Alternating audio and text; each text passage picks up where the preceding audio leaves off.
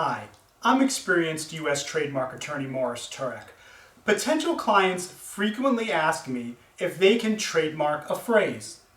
Well, whether you can register a phrase with the United States Patent and Trademark Office essentially depends on 1, the nature of the phrase itself, and 2, the manner in which the phrase is used. If the phrase doesn't indicate the source of your products and services, or doesn't identify and distinguish your products and services from those offered by your competitors, then it cannot be protected as a trademark. In other words, you cannot trademark a phrase unless it serves a branding purpose, meaning that it functions as a slogan or tagline.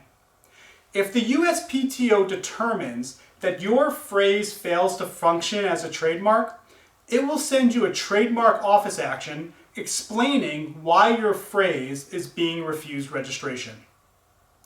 People often reach out to me after being notified by the USPTO that their phrase is being refused registration on the basis that it's being used in an ornamental or decorative manner. In other words, the phrase as used on the specimen they submitted is nothing more than an ornamental or decorative feature of the products. Most of the time, this rejection arises when the specimens consist of photos of clothing, jewelry, fashion accessories, bags, beverageware, keychains, and stickers that prominently display the phrase. Unfortunately, you cannot trademark a phrase when it's used in this way because it isn't functioning as a trademark. It isn't serving any branding purpose. Said differently, consumers aren't choosing to purchase your product because it comes from you or because they believe the quality of your product is superior to that of your competitors. Rather, they are buying your product simply because they like the phrase resonates with them, and the phrase looks good on the product. However, if you receive an ornamental use refusal from the USPTO, you do have some options for potentially overcoming it and eventually obtaining a trademark registration. Here are a few of them. 1.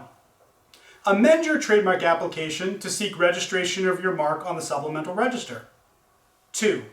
Assertive claim of acquired distinctiveness under Section 2F and submit evidence that consumers exclusively associate the phrase with you and your products. 3. Submit evidence that the phrase is an indicator of secondary source, meaning evidence that the phrase is already recognized as a source indicator for other products or services you offer under the same phrase. 4.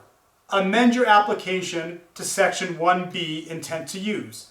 However, please note that you cannot amend to Section 1B after the Statement of Use is filed. 5. Submit a substitute specimen showing non-ornamental use of the phrase, if the substitute specimen also complies with the USPTO's other requirements. In the somewhat unlikely event that you're unable to utilize at least one of these options, your trademark application will go abandoned. You'll then have to start the trademark registration process all over again by filing a new application, unless you meet the requirements for filing a petition to revive. Another common rejection people receive when they attempt to trademark a phrase is that it fails to function as a trademark because it merely conveys an informational, political, social, or religious message. In other words, consumers don't perceive the phrase as identifying and distinguishing your products and services from the products and services sold by your competitors, but instead see the phrase as simply communicating a social, religious, or political perspective or point of view.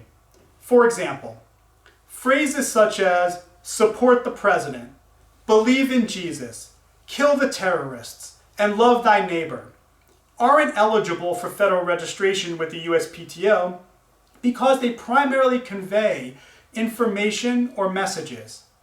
Having said that, in the course of performing trademark searches for my clients, I have come across dozens, if not hundreds, of existing trademark registrations that probably should have never issued because the registered phrase clearly expresses a message, opinion, perspective, or point of view.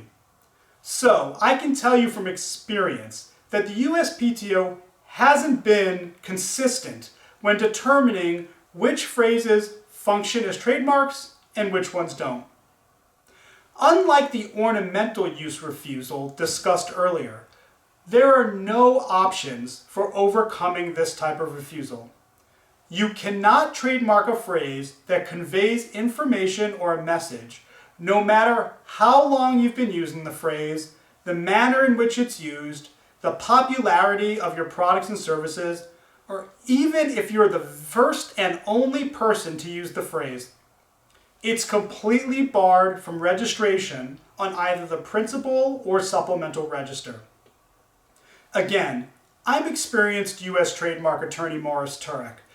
If you would like to trademark a phrase, or you've received a rejection from the USPTO indicating that your phrase isn't entitled to registration, please feel free to contact me at your earliest convenience for your free, no obligation consultation.